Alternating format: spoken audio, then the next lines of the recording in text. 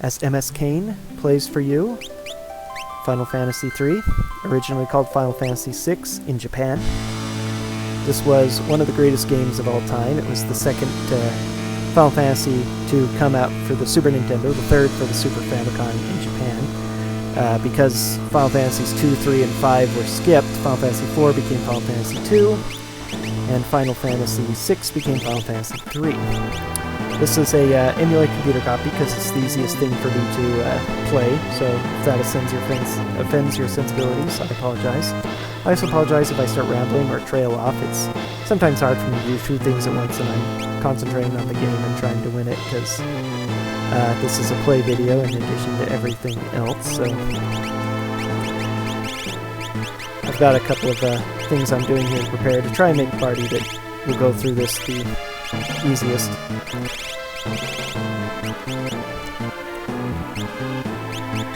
Let's see, what I've got here is a particular game of Final Fantasy III.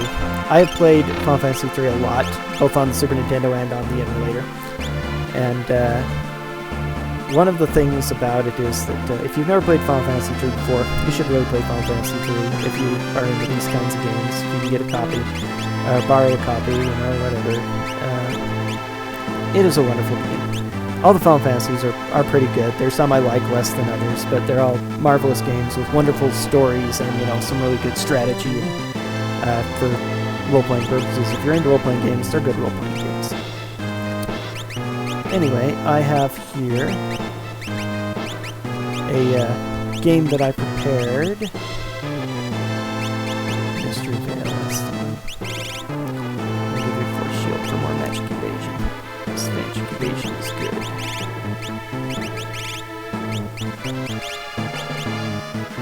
Give you Force Armor. Genji, there we go. So there are 14 characters in Final Fantasy III, which seems like a lot of characters, but this story actually does a good job of hitting up. About 10 of them have really in-depth stories and some great side shots and things that you can do with them. They're just really, really cool.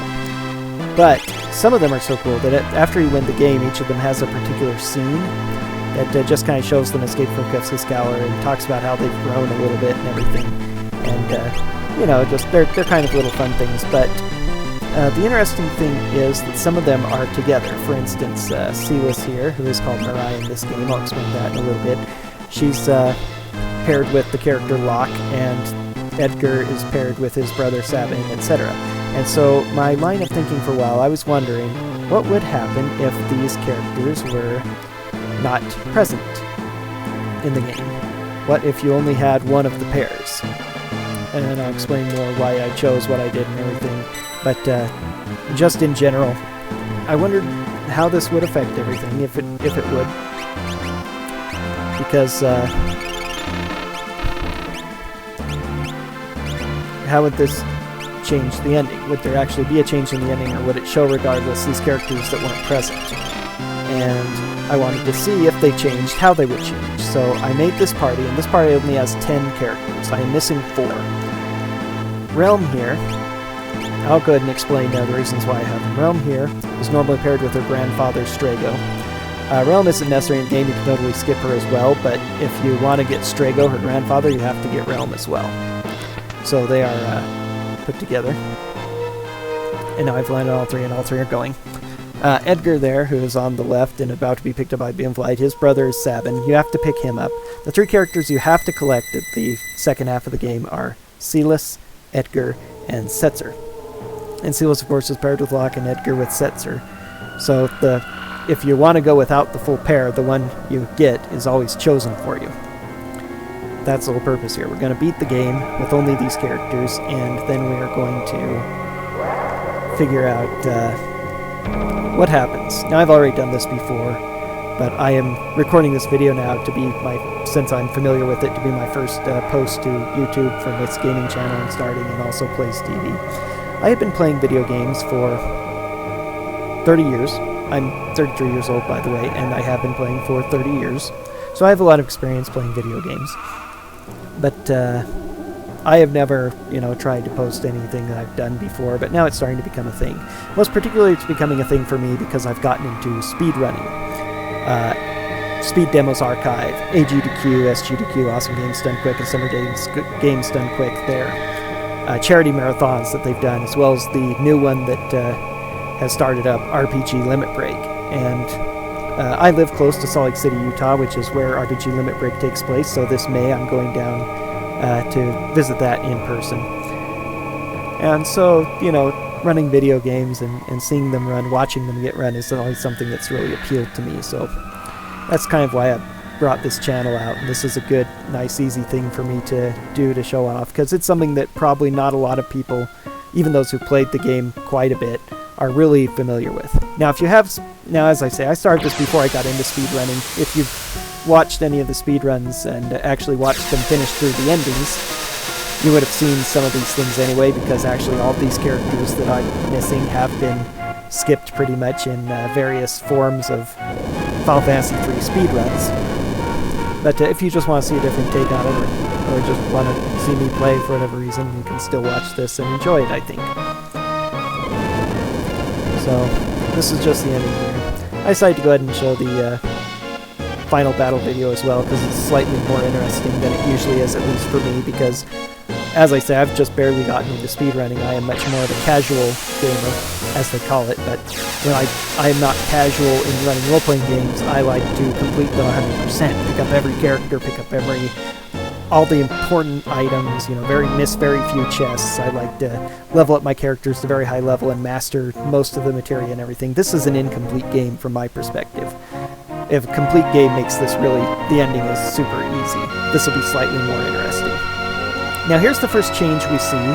Because I didn't have Terra in the party, the main character here, she wasn't present, but she's very important, so she suddenly senses us, runs outside, turns into her Esper form, and takes off. Now, I could make this easier by actually only having 4 characters, but I always like putting them on the list anyway. Snake, I forgot to name. Oh well. We're going to take that out first.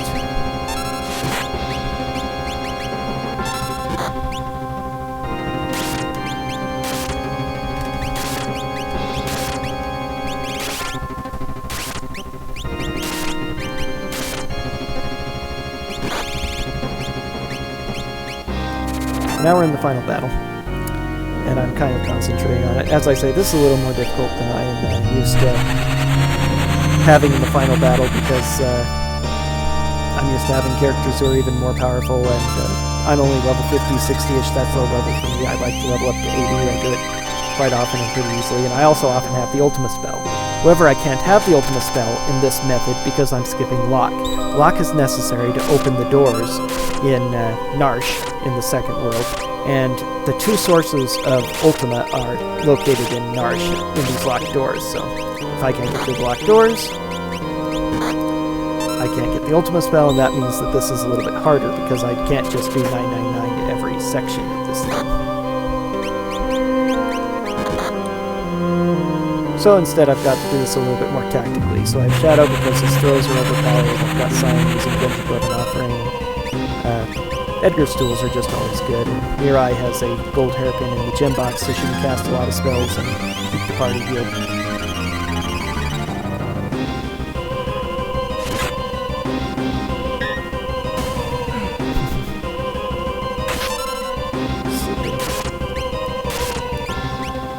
Genji Glove Offering is a very overpowered weapon, especially if you get like Atma Weapon and Illumina, a couple of the really more powerful items. I have Atma Weapon, I could have given that to Edgar instead. This is bad. But I'll survive it. I have a lot of hit points. If you defeat that part of him last, he does Quake as his final death animation. You can avoid it by having Float as well, but I generally don't bother with things like that. As I say, I'm not used to doing it the difficult way, when you can't just spam Ultima. The way I really enjoy playing these games is strategizing beforehand and prepping my characters from a strategic point of view rather than a tactical, as it were. Let's keep ourselves fully healed if we can. user is not threatening at all. If all else fails, destroy the one on the far left first, is generally how this goes. As long as we topped off, we should be able to survive.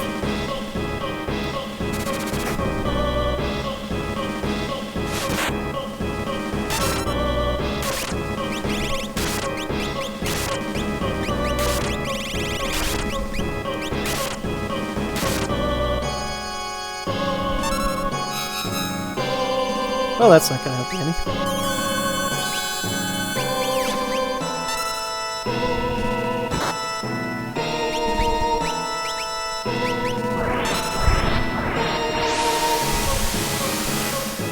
Kefka's Form is one of the cooler final boss fights in anything because there are 4 stages, and each of these stages has all these different parts that have all these different abilities. It's actually pretty fun, especially if you're watching glitchless speedruns of this, because they are even lower level than I am, and they have to carefully plan for all the stats. There's a lot of things I'm missing that I still could have gotten that are so useful.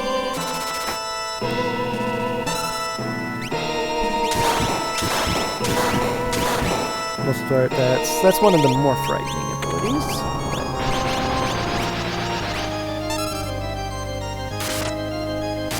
Getting is not scary.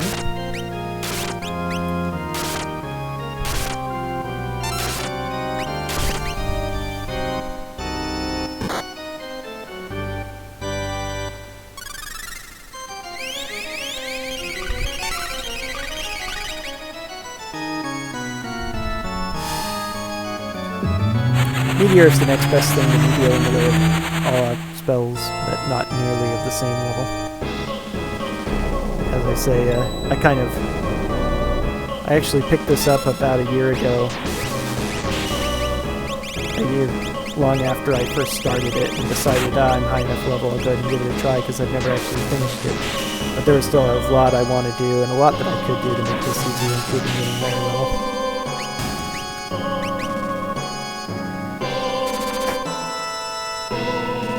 Including getting more economizers and gem boxes. It is actually possible to get multiple economizers and gem boxes, which is a little known fact, but it's very difficult. The economizer is a rare drop from the, I believe it's called the Brontosaur. It's the rare and powerful, I believe this might be that. Rare and powerful dinosaur from the dinosaur forest, where you mostly fight tyrannosaurs.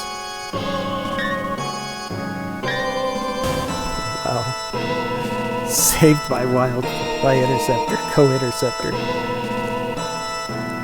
But on very rare occasions, if you defeat the super powerful Brachiosaur, which has a sneeze ability in addition to 50,000-ish hit points and really powerful spells, it has a chance of dropping an economizer. And of course, economizer can also be traded in at the Coliseum if you win the battle there for the gem box. So you can actually equip your whole party in gem boxes and economizers if you really, really want to grind. W wind? That's not scary at all, actually. Whirlwind.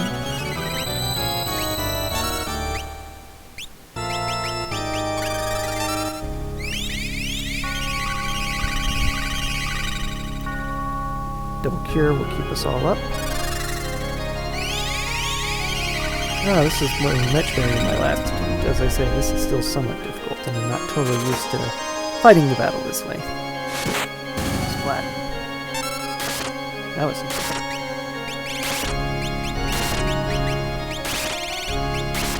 Just in case.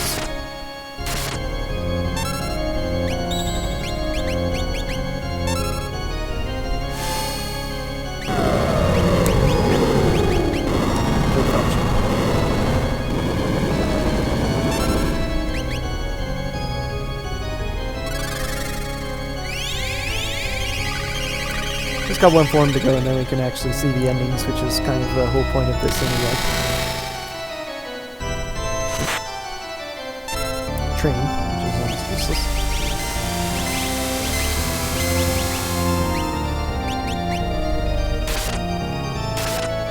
And I think that might be, yep.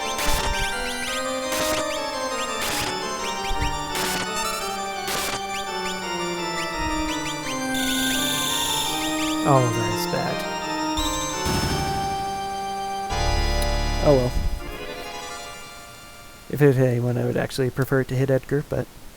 Oh, I mentioned I have all these custom names. I've always thought it fun to name characters after myself and my friends when I'm playing these games. It's usually been my tradition, started when I was a child. For those of you who might have seen Jinx Black's videos on his channel, he is my best friend and I grew up with him. He's where I got my name from, because he had a Super Nintendo before I did as a child. He borrowed Final Fantasy II from another friend of ours, named himself after Cecil, or named Cecil rather after him. And Cecil's best friend Kain he named after me, so I've always identified with Kain. Life, dreams, hope. Where'd they come from? And where are they headed? These things. I'm going to destroy! You do that.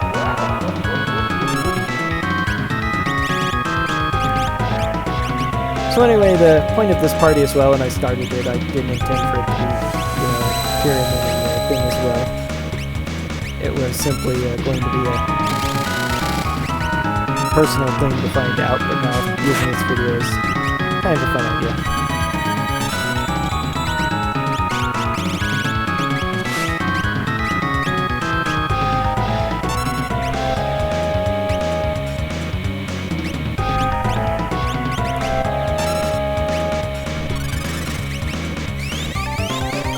So this particular group of friends, most of them were involved in a GURPS campaign I ran.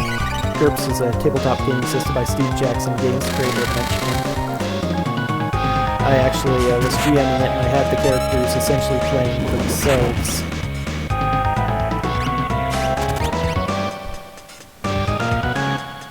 And those that left are either my sisters or NPCs that were in the game, because we didn't have a lot of girls playing that particular session.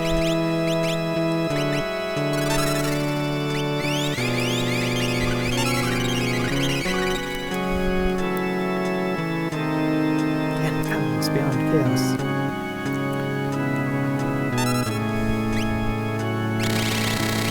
Eric there is the one who is named for Black. We are very close to the end here. Yep, that's it. And blue by Eric/Sitzer. And now we can see how the ending has changed because of the characters that are missing.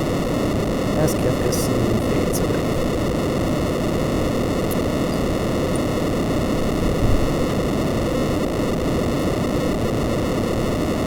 That fight went actually relatively smoothly compared to the last couple of times that I've done it with this group. I've, again, since I'm not used to fighting it this way and it's not optimized the way I usually easy win it, I've had to be practicing a little.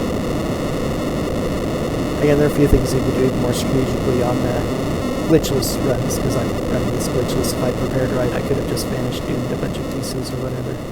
I've not practiced enough with tricks like Joker Doom or things like that either, so... But you'll still see him use things like Debilitator to give elemental weaknesses that you can exploit. Makes some of the fights go easier as well, or prepping for some of the things. So here we all are, we defeated Kefka. Terra arrives, almost out of energy, but how she got here we don't know, but apparently as long as she's not... It's been revealed several times in the game, as long as you aren't controlling her, when she's in Esper form she can fly, so... So the joys here. Now she's going to lead us out with the last of her power. But all the Espers are going away, and since she is a half Esper, we're afraid that she's going to go away too, especially since she arrives and collapses because of losing power. So now we get to see the very humorous escape from Kefka's tower.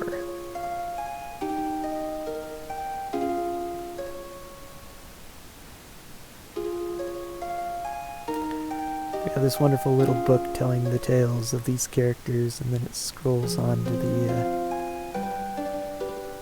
scrolls through to each character. First one we're going to see is Cyan Garamond, who's named Ron in mine. After my dad actually participated in this campaign with us.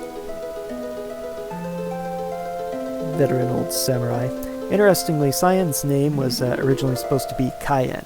If you're familiar with the Bleach anime and manga, the character Cayenne Shiba has the same name as what Cyan was supposed to have, or did have in the Japanese, but when they translated it over, they spelled it like the color, Cyan, and so technically probably his name should be pronounced Cayenne, or Cayenne, or however you want to try and semi-pronounce that. Cyan is what is generally used by the entire community. If you watch these scenes closely, there's a couple things you'll notice. Number one, that they are all places in the final dungeon here of Kefka's Tower that you visited before. This is near the very ending.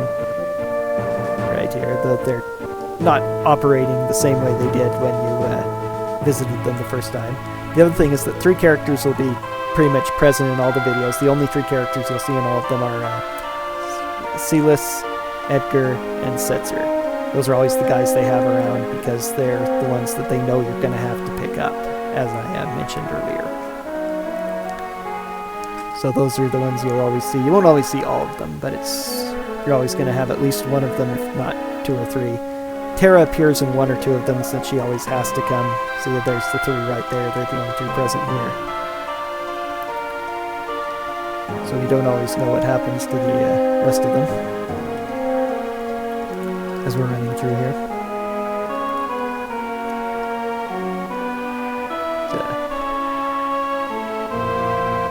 I always wanted to see if I could possibly get a character up to 99th level, get these 3 characters up to 99th level, and just defeat the game with 3 characters, see what would happen.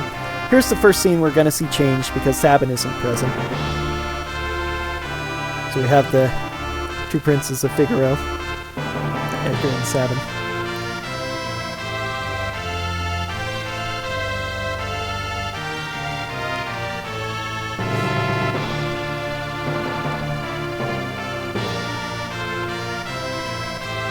And Kefka's Tower is falling apart. Oh no! Let's get that out of the way. If Sabin is present, of course, he catches that and then throws it away. If you've never seen the ending before and you're still watching this.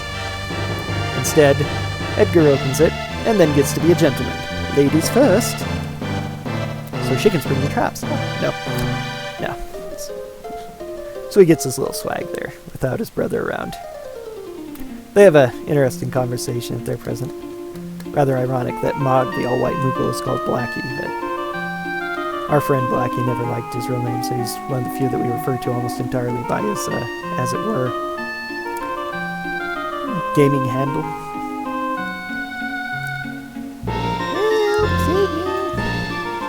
Again, Edgar the Machinist is here. The other 2 aren't, but they would never have, like, Sabin here or anybody else. Interestingly, even though you need Mog to recruit Yumaro, Yumaro Mog is not in Yumaro's scene, and Yumaro is not in Mog's scene, so there's no point in not getting one or the other. I mean, you can't get Yumaro without Mog, obviously, but it doesn't matter since it doesn't affect their endings at all. Speaking of Yumaro, here he is. And so I'm kind of surprised they didn't put Mog in Yumaro's scene, since Mog is supposed to be Yumaro's caretaker or whatever. That's actually the reason why I called Blackie, Mog, and Yumaro Matt. You'd have to understand this group of friends to get that. Ooga! We're just Silas and Setzer here again. I really wish you could use him to do stuff like this in the actual game. Make shortcuts. Yeah. That's the one problem with role-playing games like this, is that so many things happen in cutscenes and out of combat that aren't possible because of the way they want the game to work. Here is Gogo, who is the only character to appear in another Final Fantasy. He, of course, appears in Final Fantasy V. At the bottom of the ocean, he guards the Mimic class, and you have to beat him in battle, which doesn't actually happen, but by mimicking him. And he's a boss you fight in order to get the Mimic skill, because he himself is a Mimic. Most runs make extensive use of him because of how powerful spells can be, and make multiple use of those spells. His ability to mimic and everything can be really strong, but nothing that I have really gets mimicked all that well, so I didn't have him. I could have had him in place of Edgar, perhaps, and had another character using Dart, Throw. No, using Final Fantasy 4 terms. Gao is kind of one of the funnest but most useless characters in this whole game, as he's the only one who does not have a fight command. Well, technically, Gogo also doesn't have a fight command, but you can customize his menu and give him a fight command. And Gao, rather, the thing that really makes him hard to use is he has all these different rages, and some of them are really cool, but they always have two things they can do, either a basic attack or a spell. And once you've started him in a rage, he's completely computer-controlled, randomly using those, and some of the spells are neat. There are some that can use Meteor, for instance, but they're still not powerful enough compared to some of the other things you can do with Genji Glove offerings, or with multi-spell attacks, or even just abilities like Tools and Blitz. Now here's the second scene that's changed, because normally Ronnie, me, who's Locke Cole, would be here with Mirai, but since we didn't bother to pick him up, we left him inside the Phoenix volcano, wondering where we were. Silas has to do the scene by herself.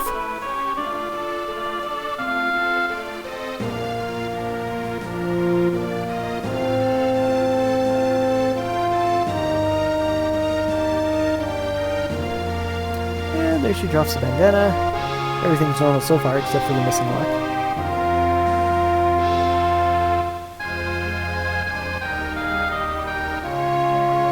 Oh no. And since Locke isn't here, remember, you promised me to do your react again. That's really sweet. I'm glad they did that, because Setzer was recruited entirely because of Silas anyway. What a woman. Your life is hanging by a bandana. Very sentimental little scene here. This is my good luck charm. When I found this, my life took a turn for the better.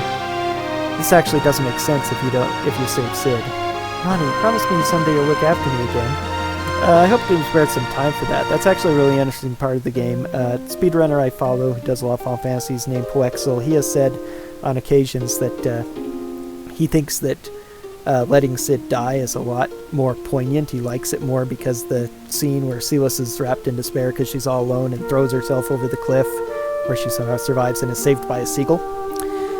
It's very poignant, and it is. It's a lot more story-driven, and even though she finds this bandana wrapped up in the seagull and somehow leads it to say that it means Locke's alive. Okay, great, as long as she has a reason to go on living.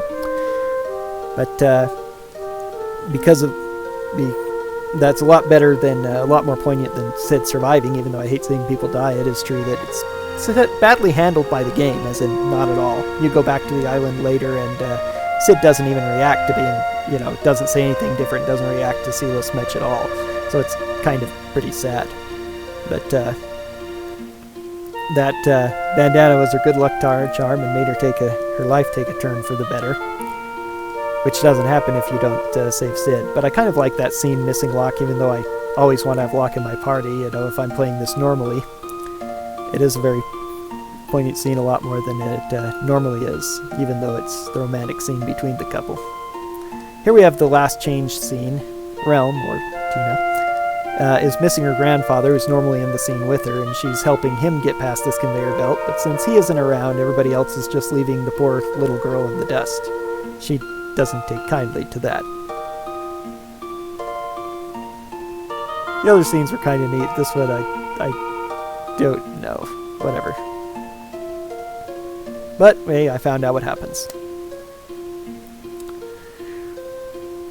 As for Shadow's scene, I have heard rumors that if you have Shadow in your party while you're in the World of Ruin and you sleep, you'll see images of his past. You'll have dreams about what happened in the past, so you can learn who he is. It's actually really neat, but I won't give any spoilers there. But I've heard that if you see all of them, like including a super rare, like 5th or 6th scene, this ending will change. He won't, he's deciding to stay behind here and face his past and his demons, which I guess means he's going to let himself die so he can see his old partner again. But supposedly, if you see all the images, he'll go with the party anyway, and he'll end up surviving and being on the airship, but I've never actually seen that happen. So there are a lot of rumors like that, like who Gogo actually is. She's Daryl, she's Gastal, but we all know who she really is, and I'm going to be sharing that during RPG Limit Break in May when we show up. That's a joke, don't take it seriously, but I think I'll like the joke. Strago. Now this is what happens to every other character except for the ones I left out. If you leave them out, the same sort of thing will happen. You'll get their profile there. This is Thamasa, his hometown. You'll see an image of their hometown as the head floats over it. So if you don't get Mog, or if you let Shadow die at the end of World of Ruin, or you don't get Yumaro and Go-Go. And so that's just about the end, isn't it? Yep. And so that's how much everything changes. That's it. After this, it's pretty much as normal. There's nothing else that changes. So if you've seen the ending before, you know how it goes from here. And if you haven't, then there's lots of places online you can find it. So I'm going to look it up. I'm not going to waste any more time here with my nice red background and changed names and all that. So I'm going to sign off here. Thanks for watching. And if you like it, look forward to more in the... Adios.